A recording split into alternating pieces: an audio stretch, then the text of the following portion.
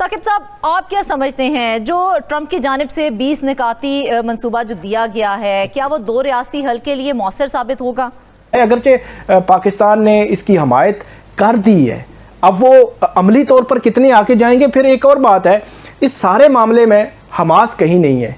लगता ये है कि हमास को ख़त्म करने का फैसला है। जी एजाज चौधरी साहब, डॉक्टर मिलिया लोधी साहब का कहना है कि पाकिस्तान को गजा में किसी स्टेबलाइजेशन फोर्स का हिस्सा नहीं बनना चाहिए। ये फौज भेजने वाली जो गेम है यही तो मशकूक है, इसी के ऊपर तो सारे लोग बात कर रहे हैं।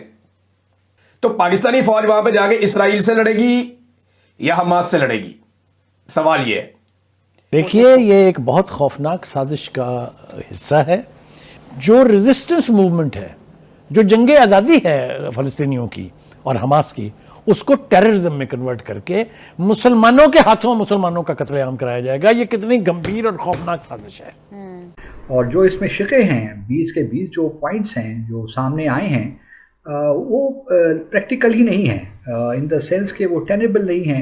तो ये तो मुमकिन ही नहीं है अगर फ़लस्तीनियों ने इतनी कुर्बानियाँ दी हैं। मामला यही है कि इसराइल कोई इस वक्त ख़ास तौर पे नेतन्याहू की तो कोई इरादा नहीं है कि वो फ़लस्तीनी रियासत को बनने दे। ये वैसे तो इजराइल ने ये कह दिया है कि अगर इसको हमास ने ना माना तो फिर हमारे पास वो तरीका है जो कि दूसरा तरीका है। हेलो दोस्तों, स्वागत है आप सभी का एपी ज्ञान चैनल पे। तो फ्रेंड्स, आइए देखते हैं पाकिस्तानी मीडिया की लेटेस्ट वीडियो। तो दोस्तों, इस समय पाकिस्तानी मीडिया के अंदर एक मुद्दा जो काफ़ी गरमाया हुआ है और उस पर खूब ज़ोरों शोरों से बहस हो रही है कि ये जो अमेरिकी राष्ट्रपति डोनाल्ड ट्रंप और इजरायली पीएम बेंजामिन नेतन्याहू के द्वारा बनाए गए गाजा पीस प्लान को लेकर के पाकिस्तानी सरकार ने भी हामी भर दी है और बाकायदा डोनाल्ड ट्रंप ने पाकिस्तानी पीएम शहबाज शरीफ और पाकिस्तानी जनरल आसिम मुनीर का बाकायदा बड़ाई करते हुए ये ऐलान किया कि उनके और नेतन्याहू द्वारा बनाए गए गाजा पीस प्लान को लेकर के पाकिस्तानी लीडर्स शुरू से ही उनके साथ हैं और उनकी पूरी सहमति है। जिसके बाद अब पीस प्लान को लेकर के जो डिटेल निकल के आ रही है, उसके बाद पाकिस्तानी मीडिया में कई पाकिस्तानी ये कह रहे हैं कि यह एक काफ़ी ख़तरनाक प्लान है जो कि हमास को ख़त्म करने के लिए है और यह पीस प्लान इजराइल के फेवर में है। और कई पाकिस्तानी तो ये भी कह रहे हैं कि ट्रंप और नेतन्याहू का यह प्लान बेसिकली पाकिस्तान द्वारा इजराइल को मान्यता दिलवाने का है। तो दोस्तों, आइए देखते हैं पाकिस्तानी मीडिया की इस वीडियो को। साथ ही आपसे रिक्वेस्ट है कि प्लीज़ चैनल को सब्सक्राइब करके हमें सहयोग दें। Thank you.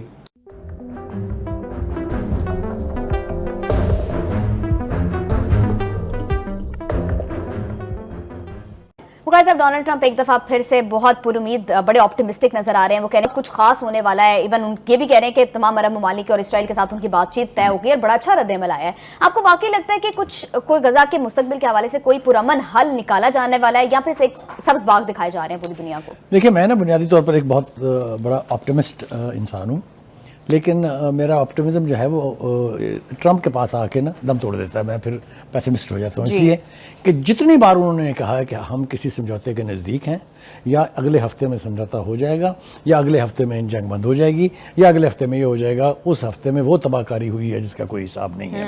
मैं आपको साथ साथ मिसालें देता चलूँ। कतर में जो मुज़ाकरात हो रहे थे हमास और इजराइल के डेलीगेशंस के बीच, वो हमें कहा गया कि बस अगले हफ्ते आपको अच्छी खबर सुनेंगे। वो अच्छी खबर यहाँ शुरू हुई कि वो इसराइल ने ईरान पे हमला कर दिया। उसके बाद उन्होंने ईरान के साथ गुफ्तगू का आगाज़ किया। आपको मालूम है कि दोनों डेलीगेशन जो है वो आपस में गुफ्तगू कर रहे थे कि उसके बाद क्या हुआ वो आपके सामने है। अब इस वक्त जो सूरत हाल है वो ये है कि ट्रंप बहुत पुरुमीद है, जैसा कि आपने कहा कि गजा में नहीं, पूरे मशरिक़ वुस्ता में अमन कायम होने जा रहा है, क्योंकि वहाँ के सारे स्टेक होल्डर्स जो हैं या बड़े बड़े जो मतलब ममालिक हैं उसके, वो एक पेज पर आ गए हैं अमन के एतबार से। वो कब एक पेज पर नहीं थे? कभी आपने सुना कि किसी अरब मुल्क या किसी मुसलमान मुल्क ने ये कहा हो कि हम गजा में अमन नहीं चाहते? तो वो तो इसके ऊपर हमेशा से थे। ये आपको लग रहा है पहली दफ़ा वो आए हैं कि वो एक उसके ऊपर जो नहीं राज़ी हुआ कभी, उसका नाम नेतन्याहू है।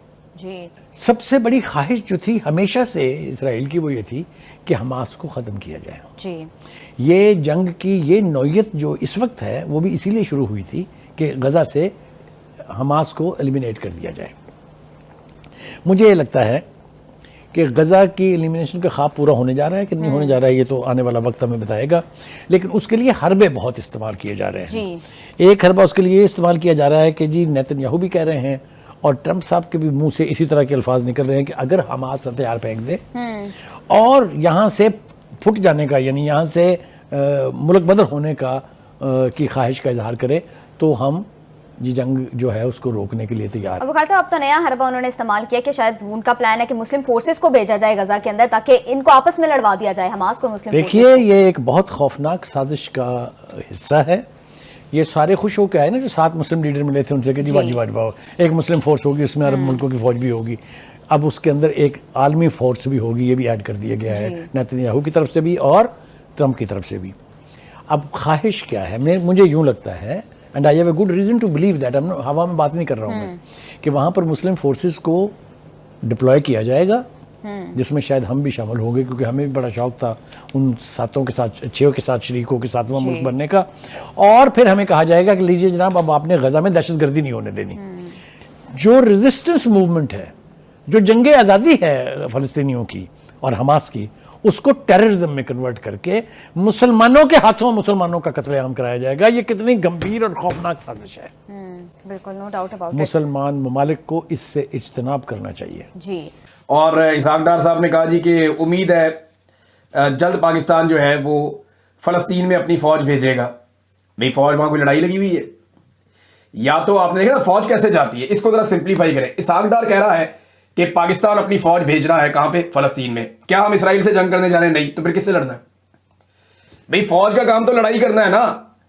अब वहाँ पे जो मुसल्ला लोग हैं वो 2 हैं, एक हमास और एक इसराइल। तो पाकिस्तानी फ़ौज वहाँ पे जाके इसराइल से लड़ेगी या हमास से लड़ेगी? सवाल ये है। फ़ौज नहीं भेजनी डार साहब, उधर इमदादी कारकुन भेजने हैं, उधर डॉक्टर भेजने हैं, उधर इंजीनियर भेजने हैं, उधर ऐसे लोग भेजने जो जाके तामीरें नो करें, उधर ऐसे लोग भेजने जो जाके फ़लस्तीनियों को संभालें। ये फ़ौज भेजने वाली जो गेम है यही तो मशकूक है। इसी के ऊपर तो सारे लोग बात कर रहे हैं कि एक्चुअली इसराइल के लिए जो जो खतरा है पूरे गजा के अंदर या इस रीजन के अंदर, उन तमाम खतरात को कम करने के लिए एक ऐसी मुश्तरका फ़ौज बनाई जा रही है जिसको मगरबी लीडर्स कंट्रोल करेंगे और वो फ़ौज वहां पे इसराइली मफादात का तहफ़्फ़ुज़ करेगी। यानी बज़ाहिर ऐसे दिखाई दे रहा है ना, या तो फिर आपकी इसराइल के साथ लड़ाई है तो खुलकर आप बोले कि लड़ाई है जनाब। लेकिन डोनाल्ड ट्रंप जो है वो इसराइल के बहुत बड़े हमायती हैं। डोनाल्ड ट्रंप इसराइल से मोहब्बत करते हैं और वो अपने मुंह से कहते हैं कि मुझे इसराइल से मोहब्बत है। तो डोनाल्ड ट्रंप आपको क्या एक फोर्स बनाकर वहां जाने देंगे कि जाके आप इसराइल के साथ लड़ना शुरू हो जाए? नहीं, वो फोर्स बनाकर इसलिए देंगे ताकि इसराइल के लिए जो वहां पे खतरात हैं उनको आप जाकर टैकल करें और मुसलमान मुल्कों की फौज करें। और ये सौदा किसके बदले में हो रहा है जरा ये देखें। डार साहब जो है वो कहते हैं कि अल्लाह को राजी किया है और अल्लाह की रजा के लिए उन्होंने ये काम किया है। ये अल्लाह को राजी किया या अमेरिका को राजी किया आपने? ये सवाल डार साहब को अपने आप से पूछना चाहिए।